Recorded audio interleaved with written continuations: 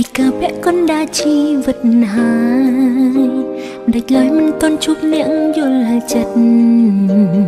មិនដេចជួបតែស្នេហាមិនពិត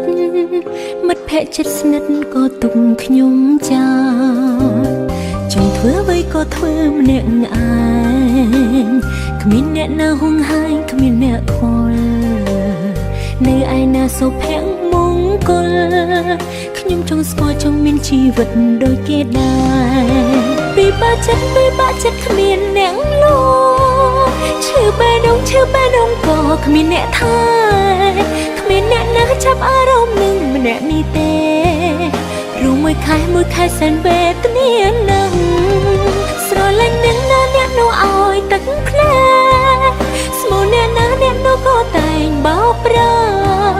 ចង់ប្រាប់ថាស្អប់ពិភពលោកនេះខ្លាំងណាស់មិនដេចឲ្យខ្ញុំជួបបាស់តែរឿងបែបនេះ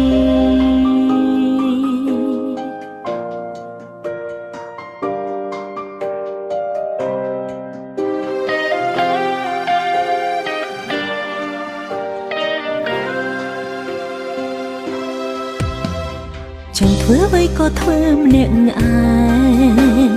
គ្មានអ្នកណាហួងហាយគ្មានអ្នកខ្វល់នៅឯណាសុភមង្គល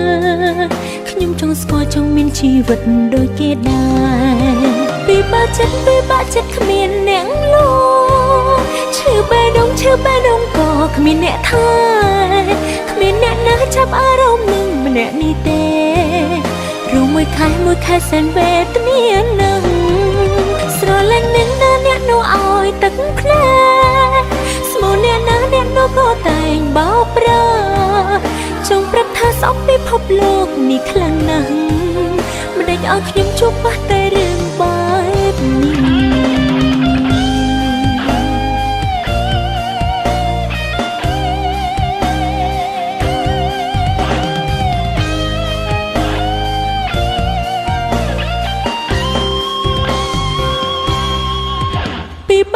ពីបាចិត្តគ្មានអ្នកលួឈឺបេះដូងក៏គ្មានអ្នកថែ